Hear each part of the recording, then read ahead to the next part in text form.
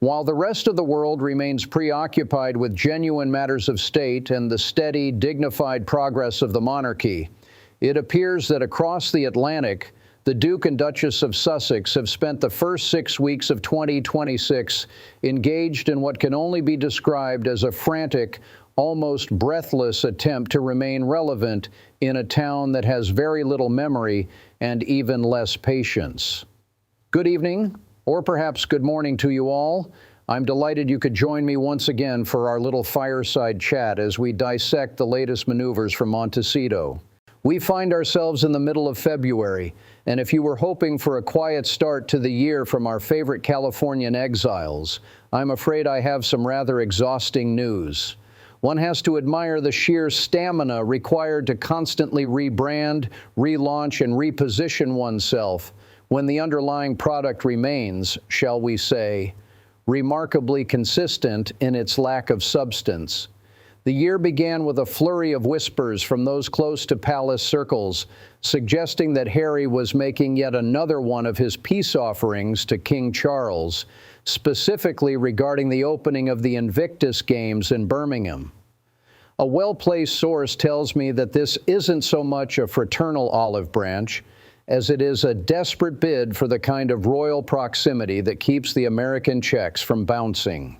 It seems Harry is quite keen for his father to provide the royal seal of approval for the 2027 games, a move that a source behind closed doors describes as a tactical play to regain the prestige he so hastily traded for a Netflix login. Speaking of Netflix, the situation there is becoming increasingly precarious as we move through 2026. While they did manage to scrape together a multi-year extension back in the summer of 2025, the honeymoon is well and truly over. A well-meaning staff member within the industry has hinted that the streaming giant is watching the Sussexes' performance metrics with a cold corporate eye. It's one thing to sign a deal. It's quite another to produce something people actually want to watch without needing a direct connection to a scandal. The much-vaunted lifestyle show, which we were told would revolutionize the way we look at jam and gardening, has been met with what can only be described as a collective shrug. One wonders how many times the public can be expected to find interest in a duchess staring wistfully at a lemon tree before the novelty wears off entirely. But of course, we must talk about the rebranding. Out with the American Riviera Orchard, a name that sounded more like a retirement home in Florida than a luxury brand, and in with as ever. According to a source within the inner circle, Meghan realized that her original branding was limiting.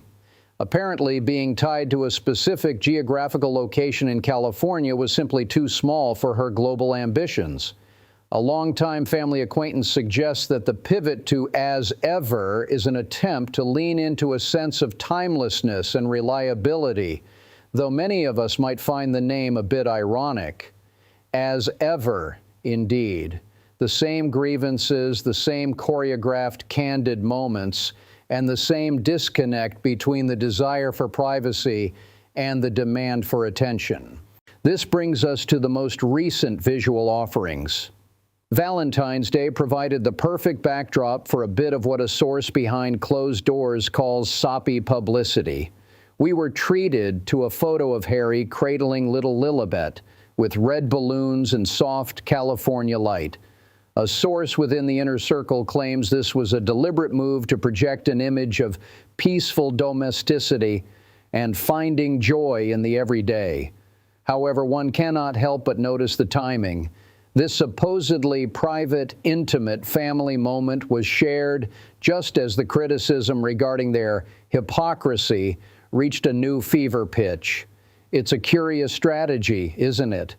One day we are told that the children's privacy is a sacred, non-negotiable right, and the next, they are being used as props in a Valentine's Day PR blitz.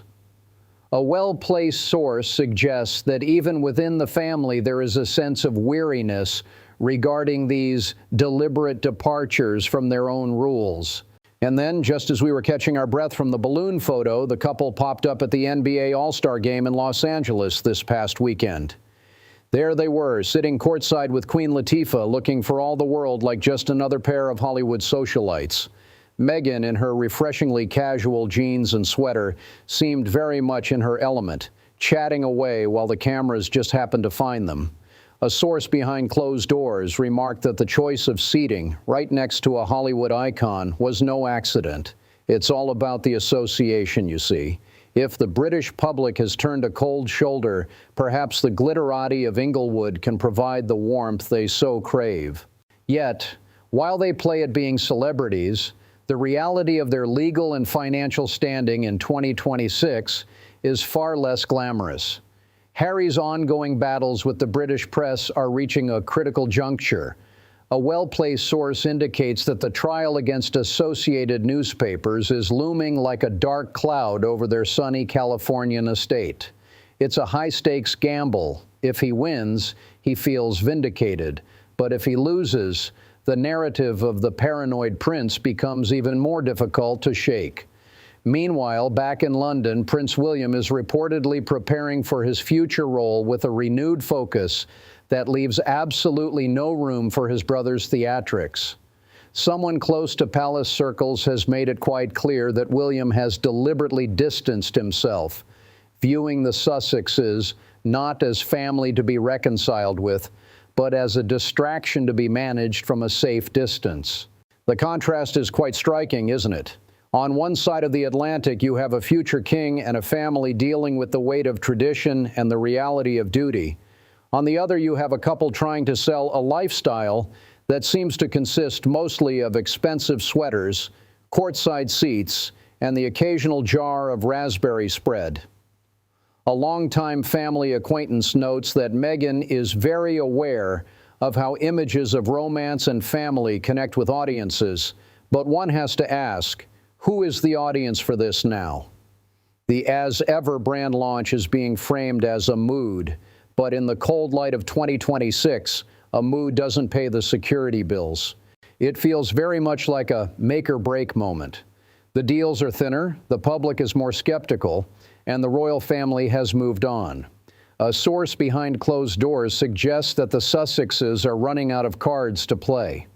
They can only reinvent themselves so many times before the audience stops coming back for the sequel. As we look at the weeks ahead with Harry's potential return for Wellchild and the Invictus preparations, the question isn't just whether the king will see him, but whether anyone truly cares if he does. It's a fascinating, if somewhat repetitive, drama, and I suspect we haven't seen the last of the soppy publicity just yet. Would you like me to look into the specific details of the As Ever product line, or perhaps the latest updates on the security litigation in London?